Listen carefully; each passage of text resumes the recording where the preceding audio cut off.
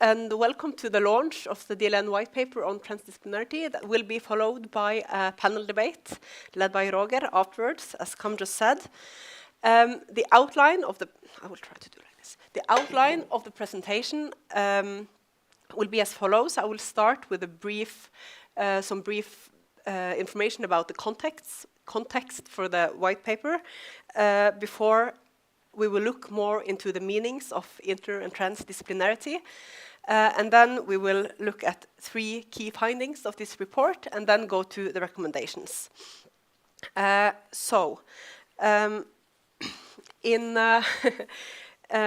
part of the research program Biotech 2021, the Research Council of Norway launched the strategic initiative Digital Life Convergence for Innovation, which was an attempt to, and I quote, create a transformative and long-lasting effect on biotechnological research and innovation in Norway.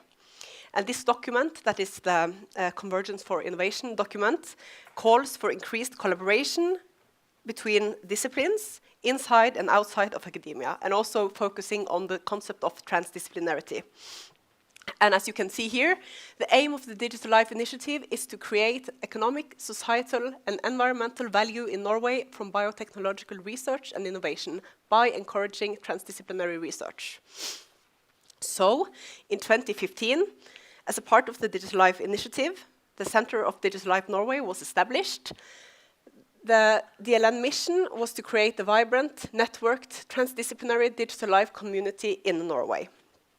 And the first funding period of DLN was 5 years, and halfway into this period, then the DLN project Respublica, together with the DLN networking project, which was the leadership of the center, organized this search conference in Selbu that many of you probably have heard about, or you were there, that where the plan was to stake out the course of the remaining period of DLN. And a lot of things were discussed there, but in this context, what is important is that it was identified a clear need to clarify the meaning and significance of transdisciplinarity in DLN. So therefore, in 2020, there was established a task force, which I was hired to lead. And this task force consisted of me and Roger, and also Trygve was a part of that, acting as an advisor in the process. And the point of this work was not to evaluate digital life. It was not to evaluate the efforts, transdisciplinary efforts, but it was to look at these efforts in the center, what had been done, to analyze them, and then also to see them in light of the extensive scholarship on inter and transdisciplinarity that exists. So, our approach, or like the report, this white paper, is guided by this research question: what does transdisciplinarity mean in Digital Life Norway? And our approach was threefold.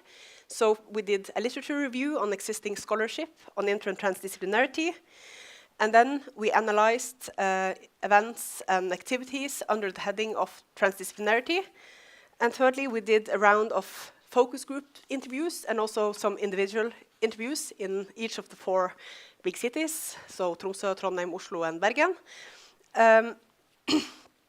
And now, referring to this first part, like the literature review of existing scholarship, now I'm going to look more closely at these concepts. As I'm sure you know, there are many concepts out there, multi, inter, cross, trans. There are many words out there that are frequently used interchangeably. But now we will just learn this, and now you will know for the future. So take notes. So multidisciplinarity first. It is a juxtaposition of disciplines with multiple disciplinary goals under one thematic umbrella. So disciplines working within disciplines with a thematic umbrella, right?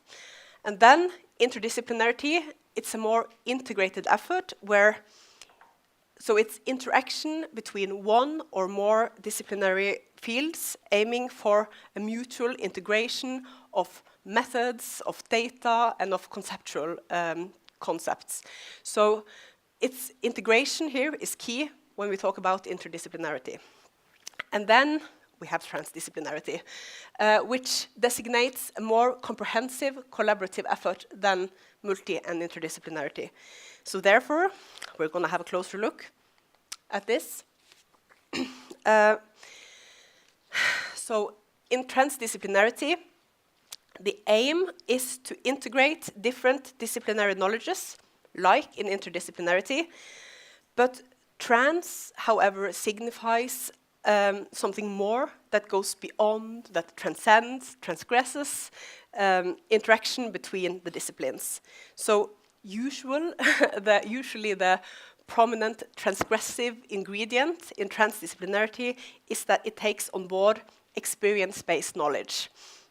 So this experience-based knowledge may come from industry, it comes from users, it can come from citizens or other relevant publics. This means that this third bullet point, that transdisciplinary knowledge, in this sense means knowledge that transcends what can be known by the academic world. And this is, as you can understand, quite different from interdisciplinarity. And I will not stop there, because when we talk about transdisciplinarity, we also need to say something about convergence, because it is very often used as a synonym to transdisciplinarity, or together, transdisciplinary convergence, for instance, you can hear. And first, I want to say it's not the same, but it's, of course, in some ways similar. Convergence is collaboration within the sciences, like interdisciplinarity, but with the goal of dissolving the borders between disciplines. And that is not necessarily the goal of transdisciplinarity, because there you work across the borders, not dissolving the borders completely. And furthermore, convergence does not necessarily involve this experience-based knowledge. So that is the distinction.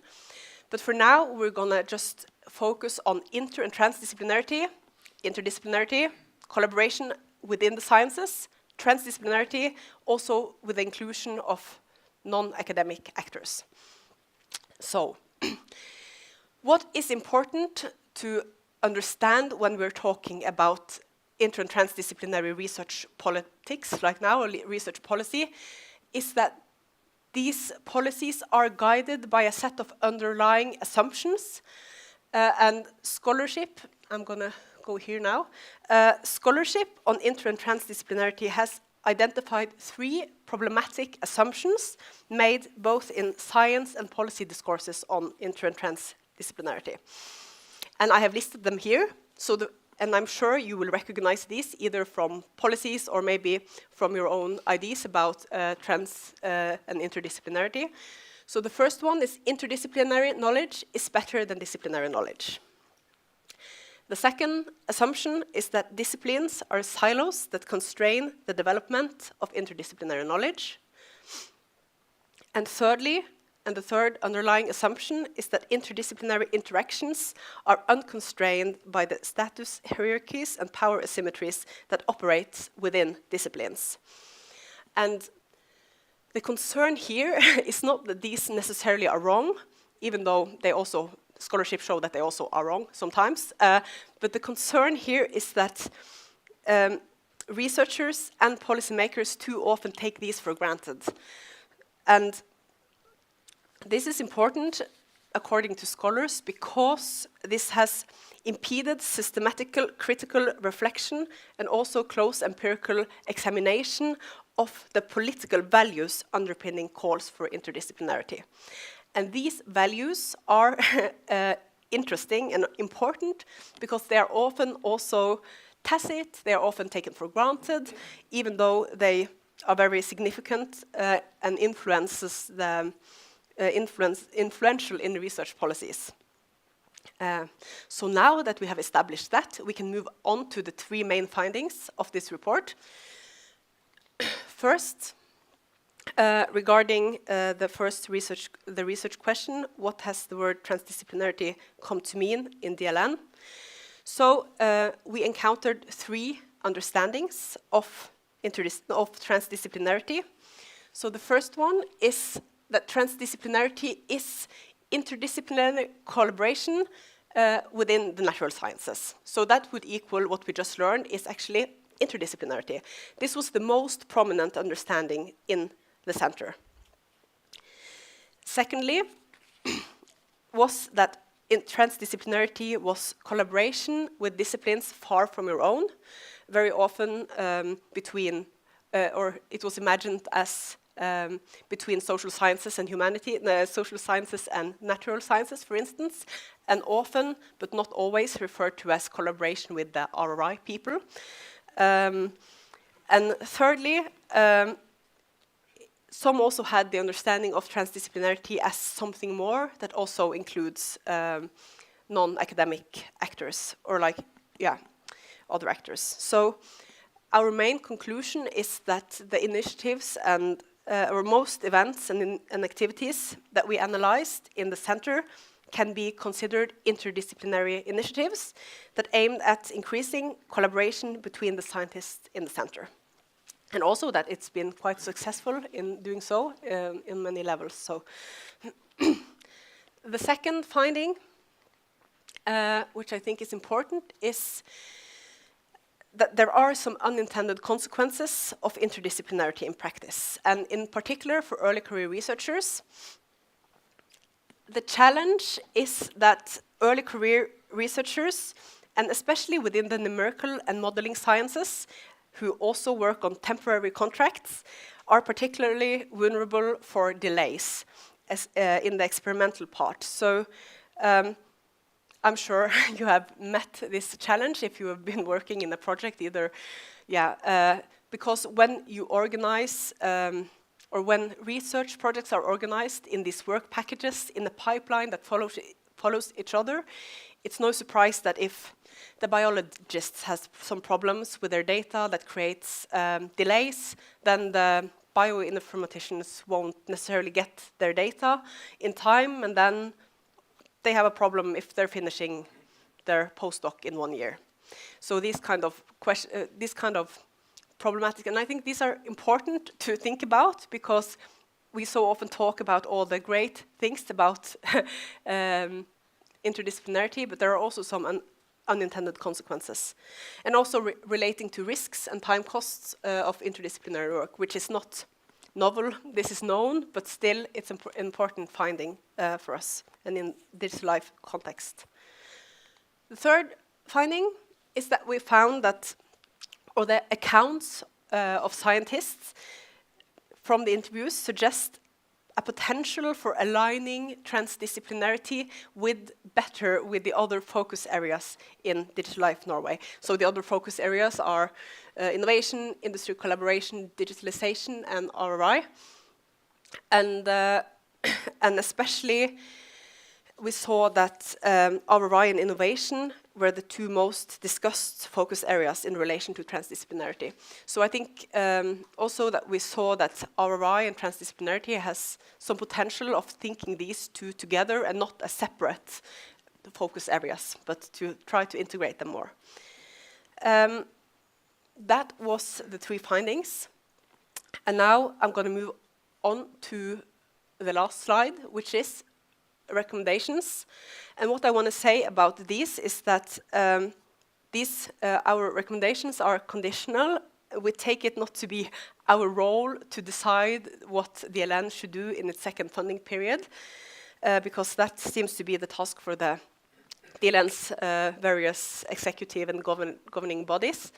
But these are our recommendations. Firstly, to raise conceptual awareness, and in particular to distinguish between inter and transdisciplinarity, but because as we have seen, they are not synonyms, and it's actually a bit important to know what we are talking about if we want, what kind of collaboration is it that DLN aim for, and also Norwegian biotechnology in general, not only within the DLN. And secondly, we recommend to meet the particular challenges of interdisciplinary research projects and their unintended consequences, especially for early career researchers. This is something that needs to be taken seriously, also because it's the early career researchers with temporary positions that don't have a lot of power often in their positions. So this is something to think about. Thirdly, we recommend to decide on the meaning and role of transdisciplinarity in DLN.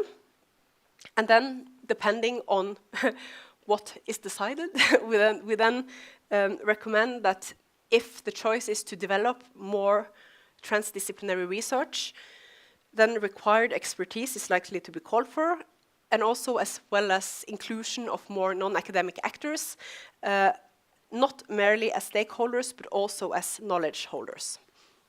So that are our recommendations. And now, that is the end of the presentation. Thank you.